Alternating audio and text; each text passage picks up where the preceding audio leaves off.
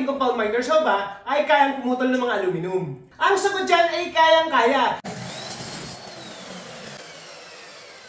So kung 4 inches ang gusto mong sukat, hindi mo na kailangan talaga ng metro. Tapat mo lang siya dito sa 4. So sakto, meron tayong 4 inches. The other miter saw ay wala nito. Meron tayong equal sizes na naputol na kahoy. Mahirap gawin to kung wala tayong stop block. Good day everyone, this is your DIY Dad, and welcome to another episode of DIY Dad's Watch, Learn, Enjoy, and Create. And on this episode ay sasamahan tayo ng Dartek Professional Power Tools featuring ang Dartek Compound Miter Saw. At bakit ba siya tinawag na Compound Miter Saw? Ito kasing ating tool ay specialized in miter cuts. Ang miter cuts is an angled cut made across the face or width of a board. A true miter joint requires two pieces of material to be cut at a 45-degree angle, so that when they are joined together, the corner created will be 90 degrees. However, a miter joint can also be created from other angles. Saan naman nag-derive or nanggaling yung salitang compound sa compound miter saw? Compound miter saws feature blades that pivot left and right for angled cuts and tilt in a single direction for beveled cuts. With this feature, we can manipulate a compound miter cuts.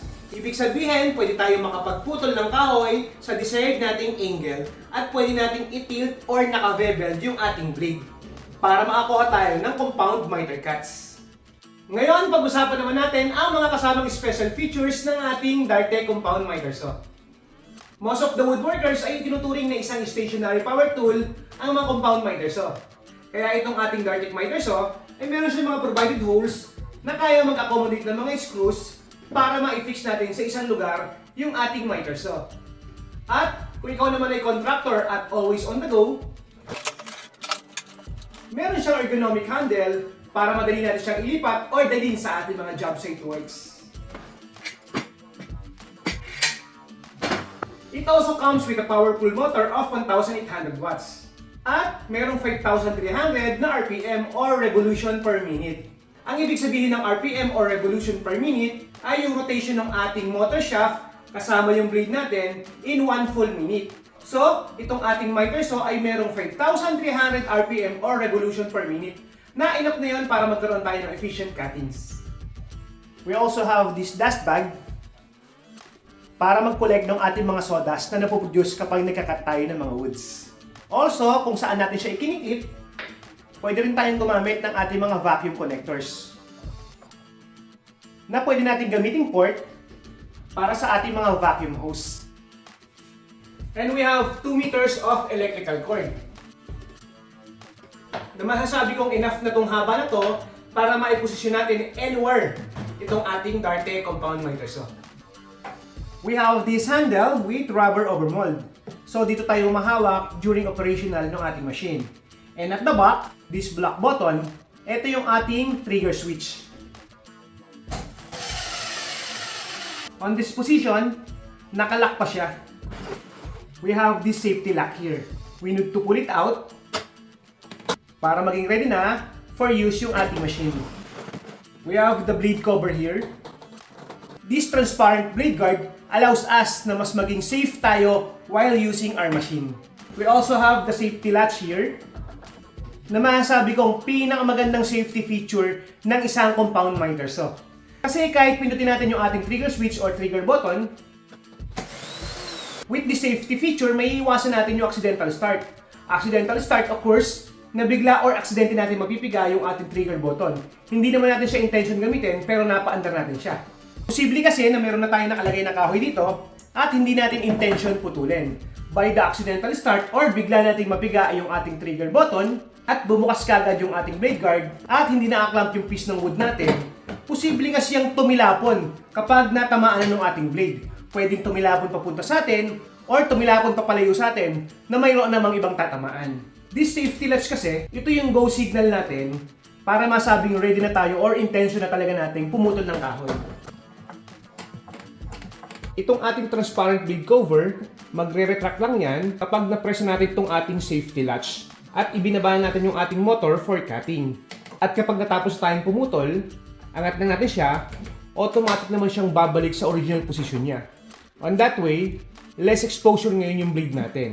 The combination of these two, napakahalaga niyan in terms of safety habang gumagawa tayo sa ating workplace. The safety latch and the transparent blade cover. Below the safety latch, nandito naman yung ating spindle lock. This spindle lock, ang purpose niyan, kapag gusto natin magpalit ng blade, para mapigilan natin sa pag-ikot yung ating blade, pagkapipihitin na natin para matanggal yung kanyang screw lock and yung mga flanges, pipigain natin ng sabay itong ating spindle button. So while pressing this, kaya natin ngayong pihitin yung ating mga screw lock para makapagpalit tayo ng blade. This unit also comes with a free circular saw blade. This is a 10 inches circular saw blade. Meron siyang 25.4 na arbor size. Ito yung pinaka-common na arbor size ng mga circular saw blade. 120 teeth, kaya goods na good siya for fine cutting. Also, this blade is an ATB blade. ATB blade or alternate top bevel blade. ATB or the alternate top bevel blade used on saw blades for general purposes.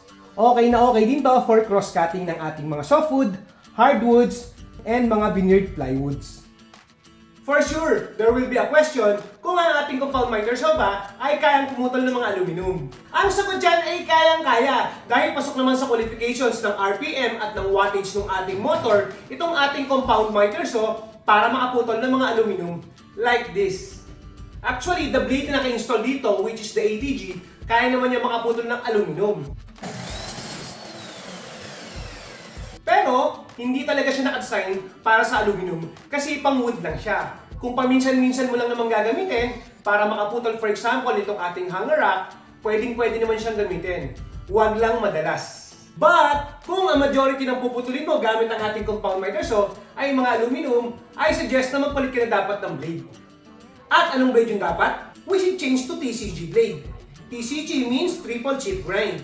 This is commonly used to cut non-ferrous metals and composite materials such as laminated particle board, MDF, and other panel materials. We have the fence here sa kanan at saka sa kaliwa. And we have this sliding fence. The purpose of this sliding fence, kung mas makapal yung puputulin natin na lumbers. This fence can also be removed. We have screw notches here sa likod para mailak ito. And this one naman, to accommodate yung ating clamp. The purpose of this clamp, kung medyo mahaba yung puputulin natin, at gusto natin na walang play yung pagputol, pikpit mo lang siya. Securely in place na yung piece of wood na puputulin natin. This clamp can also be placed here on the other side of our fence. Ito naman, ginagamit natin to kung magbe-bevel cutting tayo. If dito kasi siya nakalagay, tatama na yung ating clamp dito sa ating blade cover. So ang positioning niyan, dito sa kanan. And this feature, yung natitilt siya up to 45 degrees and more. So ito accurately nakaset na to sa 45 degrees. Pero, pwede pang more than 45 degrees. We could set it here. I-adjust lang natin yung ating bolt nut na to. So more than 45 degrees na yung pagkakatilt ng ating blade. Pero since mas madalas kong gamitin ang 45 degree angle or yung pagkakabevel ng blade natin, i-fix ko siya sa 45 for now. Kapag nakaset na siya, we have this lock latch here. Pwede na siyang i-tighten dito by rotating it clockwise.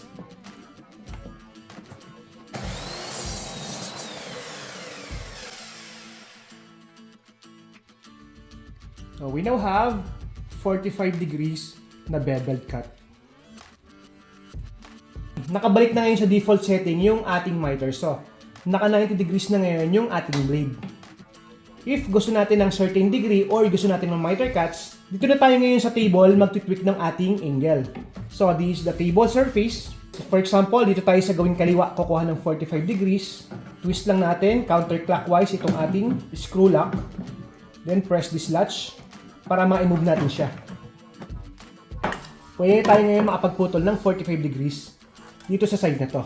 If gusto mo naman sa kabila, itong orientation ng angle mo, dito naman natin sa kabila, i-rotate. Dito naman ngayon ang cutting mo.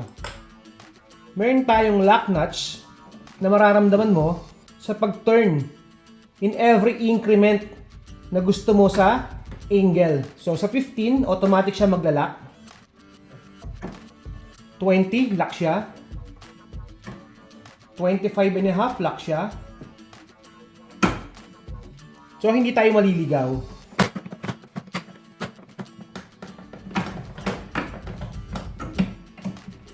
What if naman, dumating yung chance na naka-zero ka na, pero hindi pa rin naka 90 degrees yung cutting mo? Pwede naman tayo mag-adjust. We have hex screw here. Also here sa right fence natin. Ang gagawin natin, para matweak natin siya, luluwagan natin yung mga hex nuts na yon. Pag naluwagan mo yan, pwede mo na ngayong maigalaw itong mga fence natin. Makukuha mo na ngayon yung certain accurate measurements at saka mo siya ngayon i-fix na ulit. Higpitan lang natin ulit yung ating mga hex screws or hex nuts.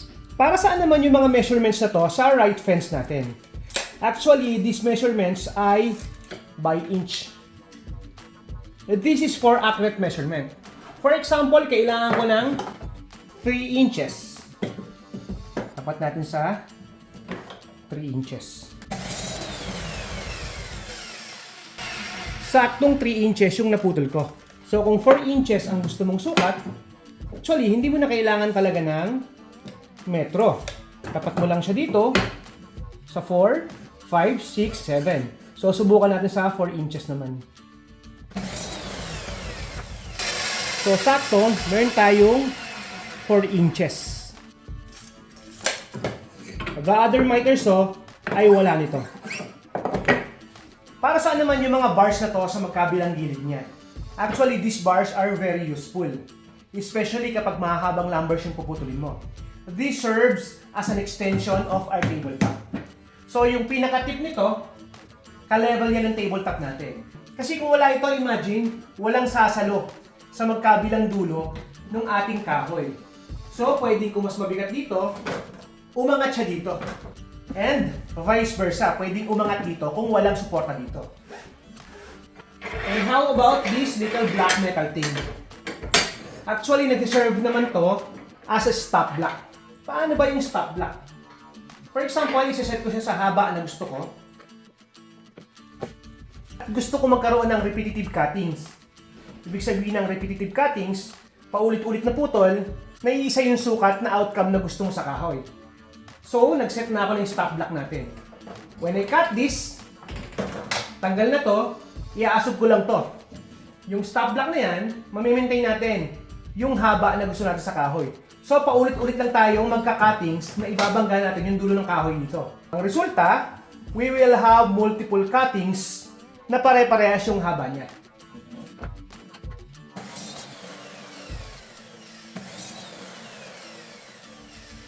Meron tayong equal sizes na naputol na kahoy. Mahirap gawin to kung wala tayong stop block. The capacity of this cutting machine is 6 inches or more than 15 centimeters. If medyo malapad yung puputulin mo, then dito naman tayo magka-cut sa likod. Dartek Professional Power Tools is a British brand and they give 1-year warranty to all of its professional power tools. And this Dartek compound miter saw ay available sa Index Point Shop at sa lahat ng Dartek dealers nationwide. Alin sa mga special features ng ating Dartek compound miter saw ang pinakagusto mo? Just put it in the comment section. Once again, this is your DIY Dad as always.